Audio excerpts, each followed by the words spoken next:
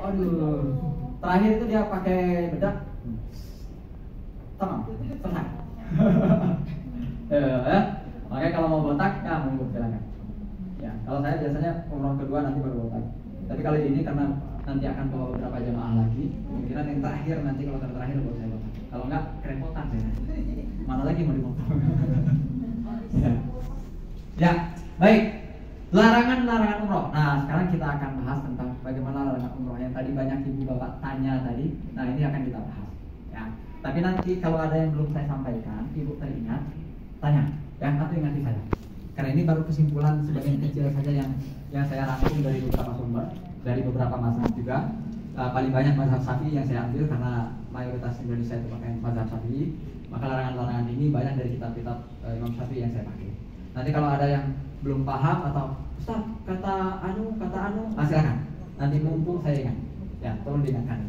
Larangan-larangannya adalah ketentuan yang tidak boleh dilakukan selama berada dalam kondisi ihram. Yang pertama, untuk laki-laki maupun untuk perempuan itu berlaku hal yang sama. Pertama, memakai wangi-wangian. Ini ingat Bapak Ibu ketika ihram. Sebelum ihram boleh. Tapi ketika ihram, Ibu sudah pakai niat. Apa tadi niat, Bapak Ibu?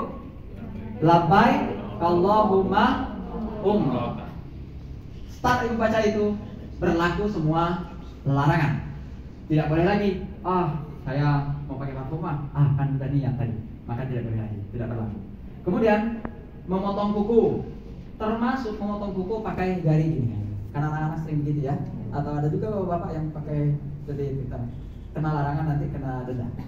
Mencukur, mencabut rambut atau kumis, apapun itu, mohon maaf, beberapa jamaah kita dulu juga pernah saya tegur karena kebiasaan ngupil, ya kebiasaan ngupil akhirnya tercampur, ya kan? Nah itu tolong diingat, yang seperti itu tolong diingat. Nah kemudian terbuka aurat sudah pasti, kemudian hubungan suami istri tidak dibolehkan, bertengkar, mencaci, ini bertengkar, mencaci dan berkata kotor. Ini yang satu kamar yang saya khawatirkan. Iya, yang satu kamar saya khawatir ini. Karena sering kali kita hilang. Ya. Nah, ini tolong dijaga. Mending diam saja, walaupun lagi dongkol, diam saja. Nah, dia nanti biar terbalaskan. Nanti jadi pahala. Silakan Pak Gus. Untuk wangi-wangian ini berarti nggak boleh pakai bedak atau apa? Ya, yang berbau wangi. Ya. Kalau termasuk. nggak boleh. Ya, yang berbau wangi. Bau itu dong. Saya setuju. Berarti campur aduk sama orang luar di Oh sana. sangat Pak, alhamdulillah Pak. Pokoknya itulah semerbak parfumnya dari situlah pokoknya. Mantap pokoknya Pak. Sama Pak. Sabun mandi, cuci tangan itu yang. Jadi kita pada saat kita sampai hotel mandi pakai itu nggak boleh pakai apa sabun? Iya. Sebenarnya pas waktu sampai di sana sepertinya kita nggak sempat mandi Pak. Oh gitu. Ya, karena masih pakai ihram paling wudhu saja. Habis itu kita langsung ke masjid. Supaya pertama menghindari kelamaan juga. Kita kalau misalnya satu-satu mandi kan lama juga. Ya. Makanya kan kita kan misalkan dari sini kan pakai pakaian dengan parfum gitu. Ya. Kita Boleh. sampai bandara. Ya. Berarti kan kita pakai kain ihram ya, ibaratnya kan di bandara. Oke. Pesawat. Setelah di pesawat itu kan otomatis kan kita masih ada kayak Ada sedikit-sedikit ya. Ada masalah. Enggak masalah. Nanti pas waktu Bapak ihram membaca labbaik Allahumma umratan Bapak pakai itu baru masalah. Begitu. Ya, itu diingat-ingat. Karena itu yang dimaafkan. Walaupun ada sebagian ulama yang melarang sebelum pakai itu pun nggak boleh. Termasuk mencuci pakaian ihram dengan parfum atau dengan tadi apa? Molto kayak gitu ya. Yang parfum itu nggak dibenarkan. Ada sebagian ulama yang mengatakan demikian. Ya. Baik. Terus mencabut atau merusak tanaman, berburu binatang. Ini tadi ya termasuk binatangnya apapun itu binatangnya, termasuk semut dan nyamuk. Semut lewat lagi permisi Pak, mati loh kan? Ya bisa, ya, kena itu. Kemudian menikah atau meminang, itu nggak boleh.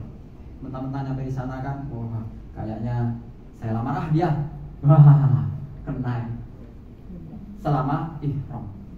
Tapi kalau nanti setelah tahalul, monggo, wah mumpung nih lagi di Mekah gitu ya, kita udah nggak ihram nih, nah silakan, itu dibolehkan.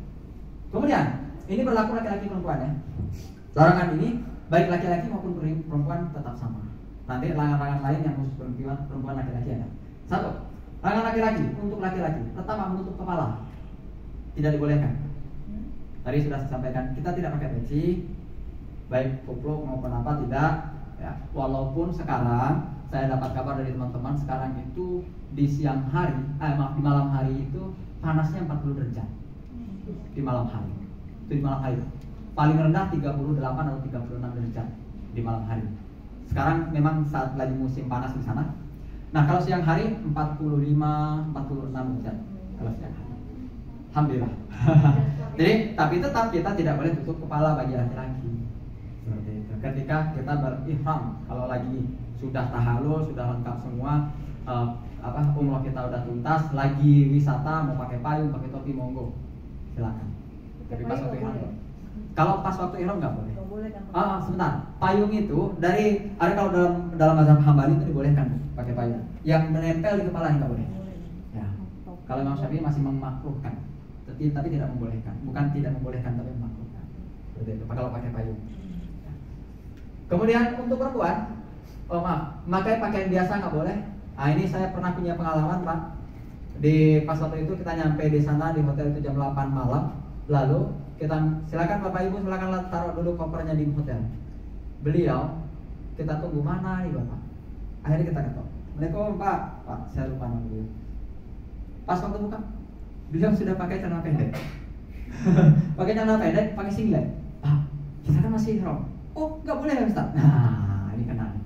Ya, jadi walau apapun yang terjadi sebelum tahallul jangan diganti pakaiannya. Masih begitu saja. Kalau misalkan longgar diperbaiki lagi, tapi jangan diganti. Apalagi sampai pakai singlet. Perempuan memakai sepatu yang menutupi tumit tidak boleh. Seperti ini saya nggak boleh. Sepatu seperti ini. Pakai sendal saja Pak. Kita di pesawat nanti untuk berangkatan. Kalau pulang Bapak pakai sepatu silakan. Pas keberangkatan nanti, ya pakai sendal saja. Karena nanti ihramnya kan di pesawat. Nah, kalau pakai sepatu Bapak taruh di mana sepatunya nanti? Ya kan? Akan repot nantinya kalau pakai sepatu. Nanti kalau pulang monggo pakai sepatu. Nah, kalau perempuan monggo, ya. Kalau laki-laki nutup ini nggak bisa. Ya. Nanti kalau udah pulang silakan. Ya. Untuk ketentuan DAP itu gimana? Apa dari kita lapor ke ya. atau bagaimana? Ya betul. Nanti hal-hal yang ternyata kita tahu bahwa kita melanggar, laporkan ke saya atau ke mutawifnya. Nanti kita akan hitungkan berapa kena dendanya, nanti dibayarkan di sana. Seperti itu. Nanti mutawif tahu tempat-tempat pembayarannya, nanti tinggal bayarkan ke situ. Nah, apa saja damnya nanti setelah ini akan saya tampilkan apa saja yang kena. Kemudian larangan untuk perempuan menutup muka dan berkaos tangan. Kaos tangan ini kaos tangan yang tahu yang kaos tangan orang paskibraka itu ada tangan kayu putih kan, menutup semua. Nah, itu ya, sarung tangan perempuan. Kalau ya ada juga sarung tangan yang cuman atas itu boleh, tapi yang nutup semua itu itu yang. Iya betul di sini kan. Jadi nggak masalah. Apalagi nanti kan ada mukena. Ya. Yang penting ini ketutup. Iya betul, ini ketutup sampai ke sini. Karena sebenarnya kalau mau kesempurnaan maka yang punggung atas juga tutup. Kalau mau kesempurnaan, cuman punggung atas ini ikhtilaf nih. Beberapa mazhab berikhtilaf. Ada yang mengatakan punggung atas ini bukan aurat bagi perempuan, ada yang mengatakan ini aurat. Sesuai dengan dalil bahwa aurat perempuan itu telapak tangan dan wajah. Seperti itu. Itu ya, nanti tinggal ikuti sesuai dengan apa yang ditentukan saja. Berkaos tangan, tadi sudah. Menutup muka ini termasuk yang cadar tadi maksudnya ya. Baik, kemudian pelanggaran-pelanggaran nih. Kalau mengenakan pakaian yang dijahit, Bapak misalkan, wah saya habis mandi nih, kalian sempatin mandi pakai celana. Kena dendanya apa? Menyembelih kambing Pak. Kemudian apabila karena lupa maka tidak dikenakan denda apapun. Ini menurut mazhab Syafi'i. Kalau lupa nggak masalah, cuma tinggal dia lepas lagi, pakai lagi kain ihramnya. Tapi biasanya jarang orang lupa. Biasanya sengaja ya. Ya. Kemudian menutup kepala untuk pria atau menutup wajah untuk wanita. Satu, menyembelih kambing. Namun menurut Imam Syafi'i dan Imam Ahmad tidak dikenakan denda apapun jika hal dilakukan karena lupa atau dipaksa. Itu boleh. Mencabut, memotong rambut atau bulu dari badan kambing. Pokoknya semuanya kambing aja Pak. Siap-siapin ternak kambing kalau mau melanggar banyak. Karena apa-apa kambing. Nih memotong kuku kena, Kecuali kalau yang dipotong 1 atau 2 kuku saja, maka saat itu dendanya bersedekah dengan 1 mud untuk 1 kuku. Kira-kira makan 2 orang. 3 juta ya kalau Ustaz di sana. Iya. Ya. Nah, di sini aja udah berapa? Dia 2 juta 3 juta Nah, paling di murah. sana real. Iya. Nah, ini makanya kita jaga baik-baik, saling mengingatkan untuk yang satu kamar, saling mengingatkan juga untuk bisa menjaga larangan-larangan ini. Kemudian pelanggaran lain, menggunakan parfum, menyembelih kambing, namun kalau lupa tidak dikenakan denda apa-apa. Namun ada sebagian ulama yang walaupun lupa itu dikenakan denda, cuman bentuknya adalah bentuk sedekah mud, 1 atau 2 mud atau 2 orang dikasih makan, itu saja. Biasanya di sana nanti ada muridnya akan menyampaikan. Berburu binatang, dendanya apa yang diburu itu yang diganti, atau bersedekah makanan seharga binatang yang diburu. Kemudian atau untuk 2 mud atau 3 orang yang lagi berpuasa 3 hari itu dikasih makan. Nah, itu kalau yang berburu binatang tadi. Ya. Memotong tanaman daerah haram, menyembelih kambing, berhubungan atau berjumbu, ibadahnya batal. Imam Syafi'i berpendapat kalau ibadahnya tidak batal jika hal dilakukan karena lupa atau terpaksa. Kayaknya nggak mungkin lupa kali itu. Kalau itu kayaknya nggak mungkin. Maaf saya lupa. Nggak ada itu cerita lupa kali itu. Gila. Ya. Baik. Kemudian apa lagi yang harus kita ingat? Bahwa di saat kita mau ke Mekah atau ke Madinah, ada hal-hal yang menjadi sunnah-sunnah. Nah, tapi sebelum ke sunnah-sunnah, Bapak Ibu ingat-ingat kira-kira apa yang masih diragukan tentang larangan ataupun tadi hal-hal yang tidak dibolehkan. Ayo, saya harus sampaikan satu hal. Nanti pas waktu Bapak sudah ihram, kita berapa orang yang mohon maaf yang kita masih ahli hisab? Ahli hisab. Baik, kita yang masih ahli hisab ini pas waktu nanti sudah ihram, pertahankan dulu untuk tidak ngerokok. Ya paling 2 jam, 3 jam lah. Habis itu puas-puasin Pak 5 batang, 10 batang. Karena apa? Itu akan menimbulkan bau. Bau itu nempel ke kain ihram, kena gitu. Tapi kalau bisa menjaga sih nggak masalah. Tapi kayaknya susah untuk menjaga bisa nggak bau, ya kan? Nah itu. Nanti setelah itu baru kita bareng-bareng nanti di lobi. Nah sunnah umrohnya apa saja? Ya, Pak Denny. Mungkin tidak berganti pakaian ihram bila mana. Terkena najis. Iya. Kalau Bapak punya kain ihramnya bisa. Tapi pas waktu ganti usahakan tidak terlihat orang lain. Artinya kita buka aurat itu tidak dilihat oleh orang. Jadi panas. Ya, kalau misalkan kena najis nih silakan diganti. Ya, ada. Kan katanya itu kan juga berbau. Apa? Nanti Yang apa? Yang apa? Ya kan katanya bau. Kalau keringat itu bau yang dimaklumkan. Ya. Jadi keringatnya itu ada yang harum, ada yang bau. Itu yang keluar dari tubuh itu nggak masalah.